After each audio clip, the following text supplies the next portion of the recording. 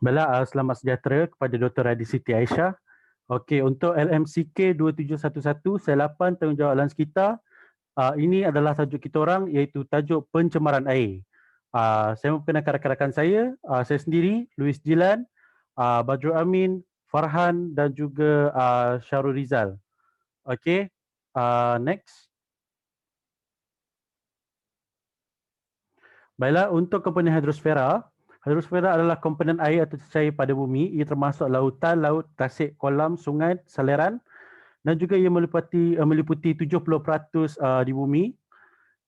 Hidrosfera juga boleh dalam jisim-jisim dalam bentuk cecair, pepejar dan juga wap. Okey, seterusnya. Baiklah, ini adalah kitaran air. Seterusnya. Baiklah, untuk kepentingan air merupakan sumber yang penting. Ia juga dapat mengelakkannya daripada kita perlu memelihara sumber air kita untuk mengelakkannya daripada tercemar dan juga menjejaskan kualitinya. Air juga merupakan sebagai sumber minuman kepada manusia dan juga haiwan. Juga air juga digunakan sebagai untuk membersihkan sayuran dan juga buah-buahan. Okey, next. Okey, air juga untuk digunakan sebagai menyiram tanaman, untuk pokok-pokok bunga dan juga untuk industri pertanian dalam proses penyiraman tanaman. Air juga digunakan sebagai industri untuk mencuci bahan mentah untuk menghasilkan produk industri. Okey, seterusnya. Baiklah, ini adalah kegunaan air. Okey, seterusnya. Baiklah, untuk konsep pencemaran air bermaksud perubahan bentuk, kandungan, keadaan dan juga warna dan dapat memberikan kesan kepada manusia. Pencemaran air boleh berlaku dari segi biologi, kimia dan juga fizik. Okey, bahan yang tercemar didapati dalam bentuk gas, cecair dan juga pepejal. Oleh itu, pencemaran air boleh berlaku akibat daripada pengaliran air di seluruh bumi. Okey, seterusnya. Baiklah, ini adalah indeks pencemaran air dalam tempoh 10 tahun. Ianya tak serata lah. Okey, seterusnya. Okey, saya silakan kepada Syarul. Okey, sebenarnya kita akan bergerak kepada punca pencemaran air ya. Punca pertama adalah bahan pencemaran dari kilang. Cecair kimia yang disalurkan ke dalam sungai tidak dirawat dan mengandungi bahan toksik dan akan mencemarkan air sungai. Kebanyakan kilang membuang sisa cecair pepejar ke dalam sungai. Ini biasanya dikaitkan dengan bahan agrokimia. Seterusnya adalah pembuangan sampah. Bahan-bahan pembuangan domestik yang terdiri daripada sampah, sarak dan bahan kumbahan dibuang sewenang-wenangnya ke dalam sungai. Bahan kumbahan disalurkan ke dalam parit dan sungai sebagai cara termudah menanganinya. Sampah organik mereput dan diurai oleh bakteria dengan oksigen yang terlarut di dalam air. Ini mengakibatkan kekurangan oksigen dalam air yang menggugat kehidupan akuatik dan mengubah kandungan kualiti air. Seterusnya kita ada pertanian. Penghilangan hasil-hasil pertanian menghasilkan banyak bahan kimia cecair yang disalurkan ke dalam sungai. Hampas-hampas organik yang menjadi bahan buangan memproses dan dibuang ke dalam sungai. Racun serangga yang digunakan juga akan meresap ke dalam tanah lalu masuk ke dalam air bawah tanah. Terakhir ialah industri peleburan. Aktiviti cari gali petroleum di dasar laut dan tumbuhan minyak adalah antara bukti nyata penggerudian perigi-perigi minyak dan letupan tangki minyak. Apabila minyak ini bercampur dengan air akan mengakibatkan kesan kepada kehidupan air. Itu sahaja daripada saya. Okay, seterusnya untuk penyelenggaraan air, pertama kesan terhadap kesihatan manusia. Sampah yang dibuang ke dalam sungai mengurangkan oksigen dan apabila manusia meminum air tersebut akan menghadapi masalah kesihatan kerana sampah dan najis yang dibuang ke dalam sungai akan menggalakkan pembiakan kuman dan bakteria. Dan yang kedua, kesan kepada kualiti air. Bahan bertoksik yang telah dibuang dari perindustrian akan bercampur dengan sumber air dan akan mempengaruhi kualiti air. Industri pemprosesan makanan contohnya akan menghasilkan nutrien inorganik seperti nitrogen, fosforus dan kalium di samping sebahagian organik terlarut yang akan menghasilkan keadaan eutrofikasi dan mengurangkan jumlah kandungan oksigen terlarut. Terusnya. Sistem air bawah tanah akan tercemar. Setengah kilang ada menyediakan tempat pembuangan sisa kilang namun masih berisiko hujan lebat dan loji pecah. Sekiranya dua kejadian ini berlaku, sisa akan mengalir ke permukaan seterusnya masuk ke dalam sistem saliran. Jika ianya merasap masuk ke dalam tanah akan menyebabkan sumber air bawah tanah tercemar. 4. Menjejaskan keindahan alam. Sampah yang dibuang ke dalam laut dan sungai akan hanyut ke pantai dan menyebabkan pemandangan keindahan pantai tersebut terjejas. Bau busuk yang timbul akibat bakteria daripada bahan tercemar yang dibuang ke dalam laut atau sungai akan menyebabkan ketidakselesaan kepada orang ramai. Seterusnya.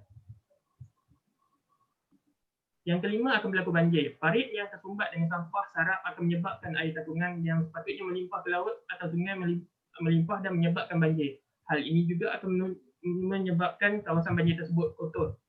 Dan yang terakhir sekali, kemusnahan hidupan akuatik. Perindustrian, urbanisasi serta peladangan menyebabkan pencemaran logam berat, racun makhluk rosak dan pencemaran organik serta peningkatan keledak dalam air. Ia merupakan pencemaran utama yang memusnahkan kehidupan akuatik. Dan ia juga akan menyebabkan kematian individu atau kegagalan pembiakan.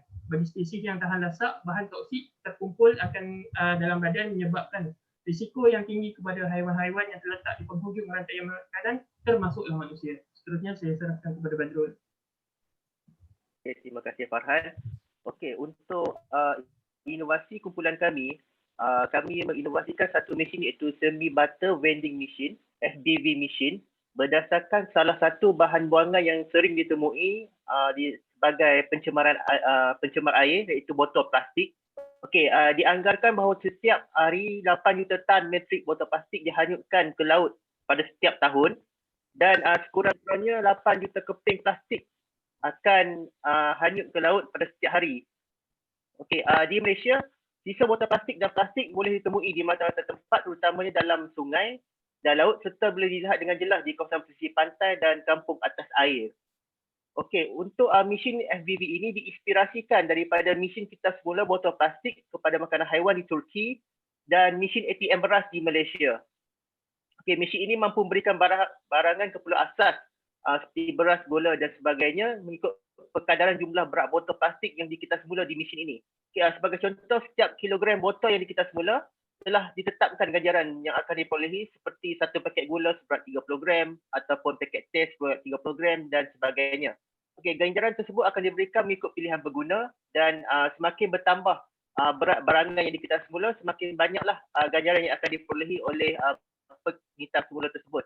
Okey, perkataan semi butter ini bermaksud kepada mesin ini masih memerlukan penggunaan wang namun dalam sejumlah yang kecil sahaja, iaitu sebagai contoh RM1 dimasukkan ke dalam mesin bagi mengaktifkannya dan sebelum proses menukarkan barang kita semula tersebut kepada ganjaran dapat dijalankan.